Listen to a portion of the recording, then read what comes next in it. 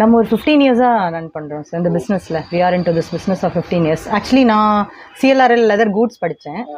So I came to this business.